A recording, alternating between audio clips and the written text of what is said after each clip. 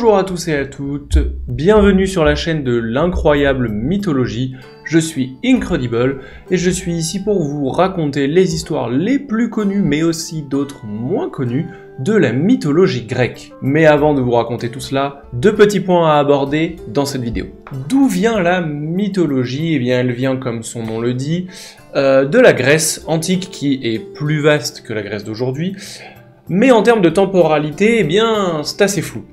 Puisqu'en effet, les contes et les légendes de la mythologie grecque, avant d'être écrits, ils étaient contés. Et aujourd'hui, on est incapable de donner une date, ne serait-ce qu'approximative, sur le début de ces contes, de quand ils ont commencé à être racontés. Ce qu'on sait, c'est que les premiers textes écrits qu'on a reçus concernant les mythes et les légendes de la mythologie grecque, il s'agit de l'Iliade et de l'Odyssée, écrits par Homère, on estime autour du 9e siècle avant l'ère contemporaine. On estime tout de même que ces mythes et ces légendes étaient déjà racontés depuis bien des siècles avant qu'Homère commence à les écrire.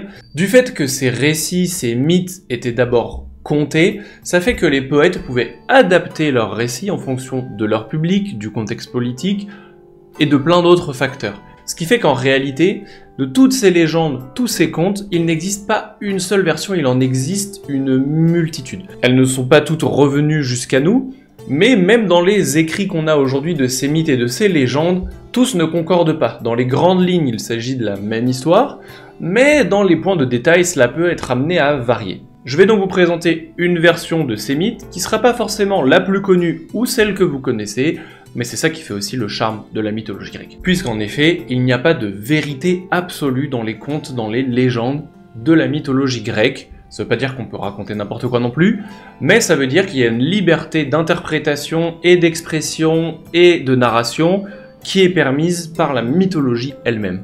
Et comme autre trait attrayant de cette mythologie grecque, c'est qu'il s'agit de la première religion au monde à mettre l'homme au centre de l'univers. Et entre autres, cela se traduit par des dieux humanoïdes, des dieux à forme humaine qui ressemblent à l'être humain, à contrario de beaucoup d'autres religions polythéistes qui sont des mélanges d'êtres humanoïdes avec des animaux, ce genre de choses. La mythologie grecque, c'est la première à représenter les dieux sous forme humaine, et ce qui nous permet peut-être de mieux s'y identifier. Deuxième point, vous l'avez sans doute remarqué, je débute sur YouTube et également dans le domaine du montage vidéo, ce qui fait que je vais faire de mon mieux pour vous proposer des vidéos de qualité et les meilleures possibles. Pour autant, je suis preneur de vos retours et de vos avis sur celles-ci pour m'améliorer, voilà.